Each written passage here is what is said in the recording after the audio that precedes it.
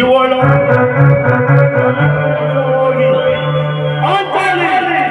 ಸಾಕು ಏಕೆ ಏಕೆ ಏನಾಯಿತು? ಏಕೆ ನಿಷ್ಕಾರಣವಾಗಿರುವುದಿಲ್ಲ? ಏಕೆ ನಿಮಗೆ ತಿಳಿದಿಲ್ಲ.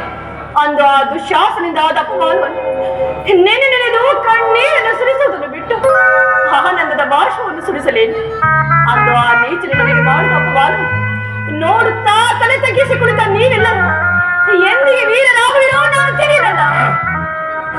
ಪಾಂಚಾಲಿ, ಸಾಕು ಮಾಡು ಈ ನಿನ್ನ ಬೆಳವಟ್ಟನ್ನು.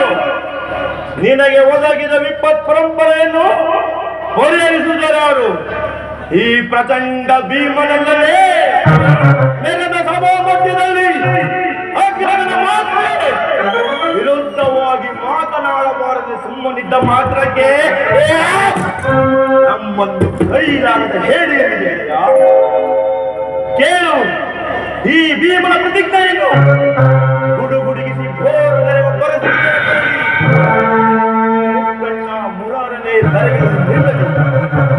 ಧರಣಿ ದೇವತೆ ಅಂತ್ಯವಾದರೂ ಸರಿಯೇ ಭೀಮನ ಪ್ರತಿಜ್ಞೆಯನ್ನು ಎಂದಿಗೂ ಬಿಗತ್ತವಲ್ಲ.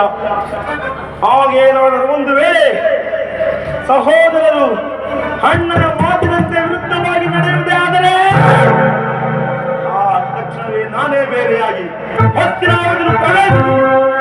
ಹಸ್ತಿನಾವತಿ ಅನ್ನ ಸಿಂಹಾಸನವನ್ನು ಈ ನನ್ನ ಗದಾದಂಡದಿಂದ ಬರಿದು ಆತನ ರಾಜ ಕಿರೀಟವನ್ನು ಈ ನನ್ನ ಎಡಗಾಲಿಂದ ನನ್ನ ಪ್ರತಿಜ್ಞೆಯನ್ನು ನೆರವೇರಿಸಿಕೊಳ್ಳಲು ಒಂದು ನನ್ನನ್ನು ಹೊಗಳಬಾರದು. ಅಲ್ಲಿಯವರ ನೀರಿನ ಬಳಿಯ ಮಾತು ಅನಾವಶ್ಯಕ. ನಾವೆಲ್ಲರಿಸುವ ಮಲ್ಲರಮಲ್ಲ ಜಗದೇಕಮಲ್ಲ.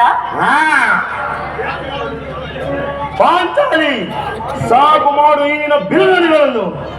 ಹಿಂದೆ ನಿನಗೆ ಒದಗಿದ್ದ ಘೋರ ಕೃಷ್ಣಬಲದ ಜೂತದಲ್ಲಿ ನಮ್ಮ ಸಿರಿಯನ್ನೆಲ್ಲ ಬರಿಸಿ ಏಕವಸ್ತ್ರದ ಪಾಂಚಾಲಿಯನ್ನು